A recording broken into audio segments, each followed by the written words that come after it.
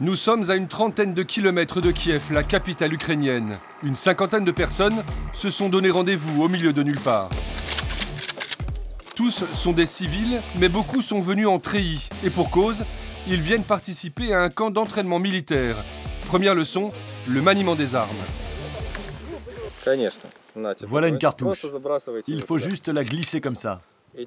Et maintenant tu poses ta main là et tu appuies. Vous êtes prêts? Allez-y. Soulevez le canon. Leur but, lutter contre les Russes en cas d'invasion. Mais ce camp d'entraînement n'a absolument rien de légal. Il est encadré par une organisation politique ultranationaliste, Pravié Sektor, le secteur droit. Je vous présente Maroussia, la responsable de Pravié Sektor pour la région de Kiev. Un jour, vous serez peut-être amené à prendre les armes. Aujourd'hui, vous allez apprendre leur maniement pour demain être utile à votre patrie. Maroussia est venue ce jour-là pour motiver ses troupes contre les Russes, mais aussi contre le gouvernement ukrainien. Le gouvernement pense que notre force représente un danger. Ils sont contre nous. On ne sait pas bien pourquoi. Le pouvoir mène une guerre de désinformation contre nous. Tous ces gens-là, qui sont des citoyens pacifiques, qui ne font pas partie de notre organisation, sont accusés d'être des activistes de Pravié Sektor. On les insulte avec des propos mensongers. Regardez ces gens-là. Peut-on dire que ce sont tous des extrémistes, des fascistes, des nazis? Surtout le petit, là? Extrémistes? Fascistes? Eh bien oui.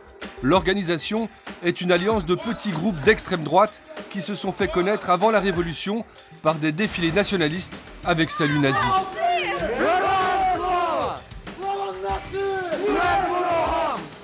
Et par une extrême violence contre tout ce qui ne correspond pas à leurs valeurs, comme ici, lors de la mise à sac d'un casino, temple du vice.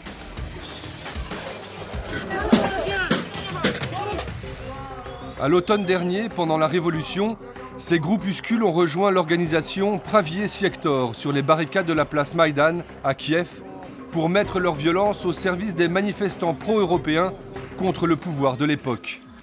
Le leader de Pravié Sektor, Dimitri Yarosh, s'était d'ailleurs rendu lui-même place Maïdan pendant les affrontements.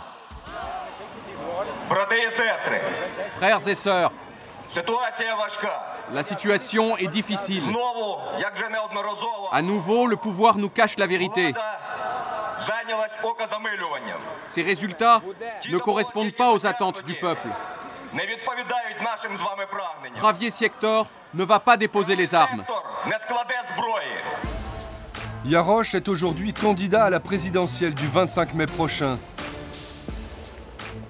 Pravié Sektor entend bien toucher les dividendes de ses actions. Si la révolution a tenu, c'est notamment grâce à eux.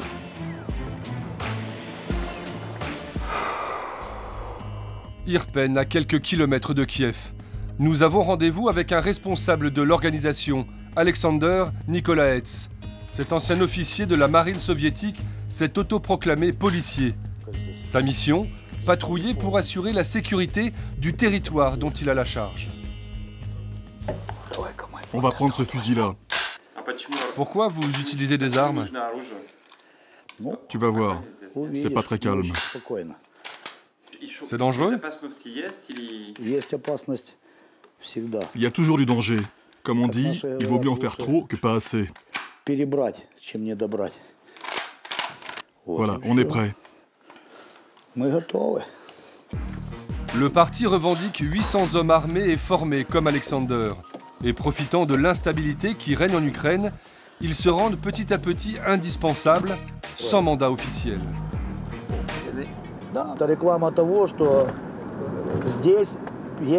On veut montrer que c'est nous qui avons ramené l'ordre dans la région.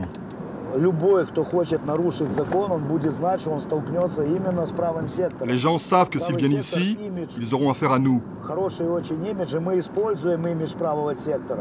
On a une bonne image et on utilise ça comme une force pour faire peur aux bandits.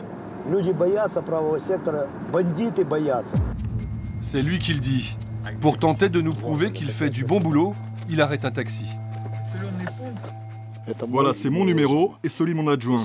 Si vous avez des soucis, n'hésitez pas à appeler. On est là pour vous protéger. Vous allez les appeler? Oui, bien sûr, si on a des problèmes. C'est bien qu'ils soient ici, car il n'y a pratiquement plus de police dans le coin. Alexander nous emmène ensuite à la mairie pour nous montrer la hotline qu'ils ont mise en place, un centre d'appel pour signaler tout problème. Ici, il y a une personne assise. C'est notre hotline. Montre le téléphone. Putain, si je te vois encore faire des jeux sur l'ordinateur, je te le casse. T'as compris? On ne rigole pas ici. Alexander et ses comparses sont de facto les seules autorités présentes. Pourquoi? Parce qu'ils ont viré les autres, tout simplement. Une opération de nettoyage, comme ils appellent ça. Ça s'est passé le 24 février dernier, en pleine révolution, devant les caméras. Alexander et ses sbires investissent la mairie d'Irpen pour en chasser les responsables. Mesdames et messieurs, encore une fois, nous demandons à monsieur le maire de signer sa démission. Il ne l'a toujours pas fait. Entouré par des dizaines d'hommes cagoulés, armés, menaçants, le maire cède. Je m'adresse au conseil municipal et je déclare démissionner volontairement de mon poste de maire de la ville. Volontairement. Alexander est en tout cas très satisfait de leurs actions. C'est moi qui suis responsable de la région de Kiev. Et partout dans la région, on a nettoyé les villes, tant bien que mal. Et les gens ont apprécié, parce que nous, on représente le peuple.